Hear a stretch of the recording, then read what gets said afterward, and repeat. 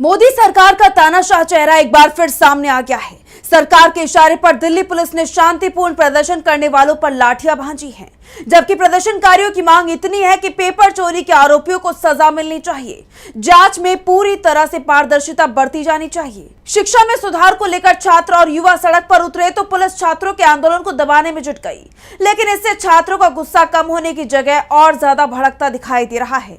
Cockroach जनता party के founder Abhijit Dipke ने यहां तक कह दिया है कि शुरुआत में हमारी मांग थी कि शिक्षा मंत्री धर्मेंद्र प्रधान को इस्तीफा देना होगा, लेकिन अब हमारी मांग है कि प्रधानमंत्री मोदी को इस्तीफा देना होगा। और अब प्रधानमंत्री के इस्तीफे की मांग को लेकर बवाल शुरू हो गया है। दरअसल दिल्ली के जंतर मंतर पर पिछले 1 महीने से प्रदर्शन कर रहे युवा संसद कूच कर रहे हैं। हजारों की तादाद में युवा जमा हुए हैं, जिससे सरकार बौखलाई हुई नजर आ रही है। युवाओं को रोकने के लिए तरह तरह के हथकंडे अपना रही है, लेकिन जब युवाओं को रोकने की तमाम कोशिशें नाकाम रही तो युवाओं पर लाठियां बरसाई गई, जिससे बवाल और ज्यादा बढ़ गया। कॉकरोच जनता पार्टी के संसद मार्च से पहले पुलिस और प्रदर्शनकारी आमने सामने आ गए। पुलिस की तरफ से भारी बैरिकेडिंग की गई और प्रदर्शनकारियों को आगे बढ़ने नहीं दिया गया। जंतर मंतर पर इस वक्त भारी भीड़ मौजूद है। लोगों ने बैरिकेडिंग तोड़ने की कोशिश की है, जिसके बाद पुलिस ने लाठीचार्ज किया। सीजेपी का मार्च सुबह 9 बजे शुरू होना था, लेकिन बैरिकेडिंग की वजह से देर हो गई। सीजेपी फाउंडर अभिजीत दीपके ने कहा कि हमें कोई नहीं रोक सकता। पुलिस का कहना है कि मार्च की परमिशन नहीं दी गई है, जिसके बाद से तनाव ज्यादा बढ़ता दिखाई दे रहा है। इस आंदोलन का समर्थन करने के लिए विपक्ष के कई नेता जंतर मंतर पर पहुंचे। आजाद समाज पार्टी प्रमुख चंद्रशेखर आजाद कॉकरोच जनता पार्टी यानी सीजेपी के चलो संसद मार्च से पहले जंतर मंतर पहुंचे। इस दौरान अभिनेता प्रकाश राज भी उनके साथ मौजूद रहे। इससे पहले कॉकरोच जनता पार्टी के प्रवक्ता सौरभ दास ने एक बड़ा बयान दिया था। कहा था कि सरकार हमसे बातचीत शुरू करने की कोशिश कर रही है। सुनिए उनका बयान। See, the administration is trying to open talks with the government. We have been asking for a talk from day one. They have come very late, but we have opened our hearts and we have said that we are willing to talk to them. And let's see where it goes. There's been no clarity from their side as of now. The ball is in their court. एक तरफ सौरभ दास ने बताया कि सरकार बात करने को तैयार है, कोशिश की जा रही है सरकार की तरफ से हमें बात करने की। वहीं दूसरी तरफ अचानक से प्रदर्शनकारियों पर लाठी बरसा दी जाती है। ऐसे में सवाल उठता है कि आखिर ऐसा क्या हुआ कि पुलिस को लाठी चलानी पड़ी।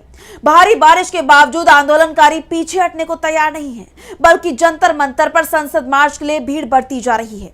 ये वीडियो आप देखिए जिसमें लोग भागते हुए दिखाई देते हैं। इस वीडियो में प्रदर्शनकारी जंतर मंतर की तरफ दौड़ते हुए जा रही हैं। आप साफ देख सकते हैं कि कितनी बारिश हो रही है, लेकिन उसके बाद भी यहां पर उनके कदम रुकने को तैयार नहीं है। साफ है कि मोदी सरकार की परेशानी बढ़ना लाजमी है। ऐसे में सरकार अलर्ट मोड पर है। दिल्ली में जनपथ, राजीव चौक, पटेल चौक, सेवा तीर्थ, सेंट्रल सेक्रेटेरिएट, मेट्रो स्टेशन बंद कर दिए गए हैं। दिल्ली मेट्रो द्वारा यह फैसला सीजेपी के संसद मार्च को लेकर किया गया है। दिल्ली पुलिस ने भी सीजेपी के संसद मार्च को देखते हुए जंतर मंतर और आसपास के इलाके में सुरक्षा के कड़े बंदोबस्त किए हुए हैं। प्रशासन ने नई दिल्ली जिले में बीएनएसएस की धारा 163 के तहत निषेधाज्ञा भी लागू कर दी है। इस बीच एक बड़ी खबर सामने आई है। ऑल इंडिया स्टूडेंट्स एसोसिएशन यानी आईएसए के 3 स्टूडेंट लीडर्स का अनशन खत्म हो गया है। अभिनेता शबाना आजमी, राष्ट्रीय जनता दल यानी आरजेडी के राज्यसभा सांसद मनोज झा और अभिनेता प्रकाश राज ने उन्हें पानी पिलाकर अनशन खत्म कराया। तीनों पिछले 23 दिनों से सोनम वांगचुक के साथ अनशन कर रहे थे। बता दें कि सीजेपी नीट पेपर लीक के विरोध में 20 जून से जंतर मंतर पर प्रदर्शन कर रही है। वो शिक्षा मंत्री धर्मेंद्र प्रधान के इस्तीफे की मांग कर रही है। साथ ही शिक्षा व्यवस्था में सुधार की मांग की जा रही है। इतना ही नहीं, उनकी तरफ से ये कहा जा रहा है कि जवाबदेही तय होनी चाहिए। लेकिन यहाँ पर इतने दिन के प्रदर्शन के बाद भी सरकार उनके सुनने को तैयार नहीं है और ऐसे में ये प्रदर्शन और ज्यादा उग्र होता हुआ दिखाई देता है। हजारों की तादाद में युवा यहाँ पर जंतर मंतर पर मौजूद नजर आ रहे हैं और मांग सिर्फ एक ही है, शिक्षा मंत्री धर्मेंद्र प्रधान को इस्तीफा देना होगा। और अब इस मार्च के बाद ये साफ हो जाएगा कि आखिरकार सरकार क्या कदम उठाने वाली है। क्या यहाँ पर युवाओं की मांगे पूरी होंगी या फिर एक बार फिर सरकार यहाँ पर अपनी मनमानी करती हुई नजर आएगी।